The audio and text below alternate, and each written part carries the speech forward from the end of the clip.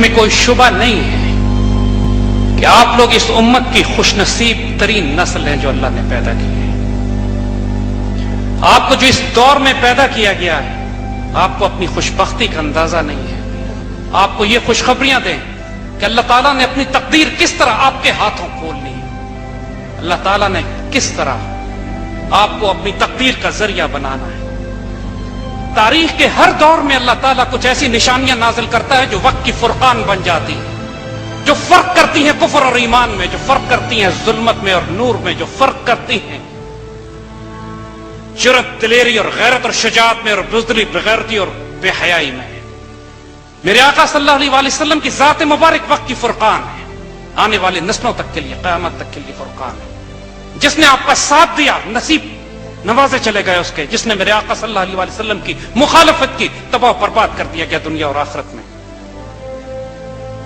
قرآن پاک فرقان فرق کر دیتی ہے کفر اور ایمان میں. جنگ بدر اللہ تعالیٰ نے اس کو یوم الفرقان کہا ہے کہ جس دن فیصلہ کر دیا گیا کہ اس وقت کون ایمان کی طرف ہے، کون کفر کی طرف. اللہ تعالیٰ کے سٹیکس دیکھیں کتنے ہائی انوالوڈ ہے وہاں، کہ خود حضور صلی اللہ علیہ وآلہ وسلم اللہ تعالیٰ کو مخاطب کر کے فرماتے، میرے مولا اگر یہ آج 313 کی جماعت کٹ گئی، اگر آج اس مدینہ نبوی کا دفاع نہ ہو سکا، پھر قیامت تک کے لیے آپ کا نام لینے والا کوئی باقی نہیں بچے گا. وہ مدینے کی ریاست اللہ نے فرقان کے طور پر قائم کی، جس نے فرق کر دیا اس وقت کہ کفر مکے میں مشرکین کے پاس ہے اور ایمان مدینے میں، مدینہ النبی میں ہے.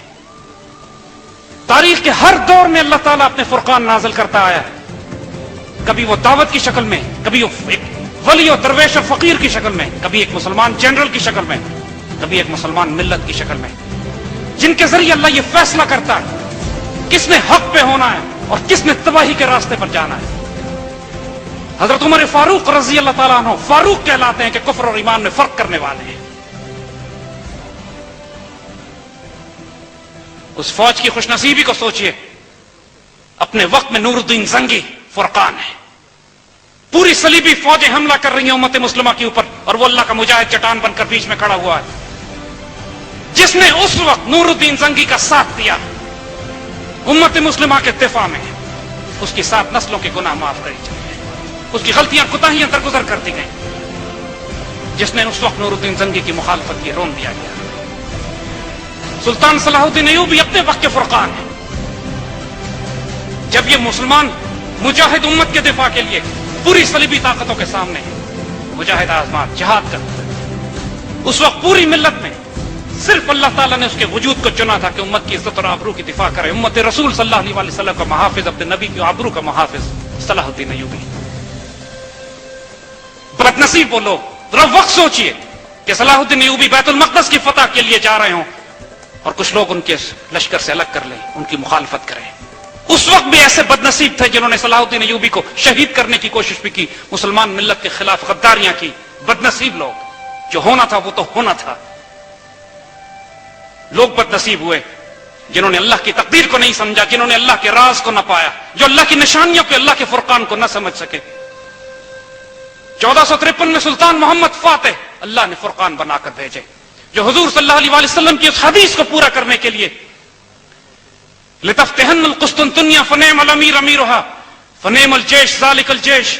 قسطنطنیہ لازماً فتح کر لیا جائے گا، تو خوش نصیب ہے وہ امیر، جنتی ہے وہ امیر جو فتح کرے گا، اور جنتی ہے وہ فوج جو قسطنطنیہ فتح کرے گی.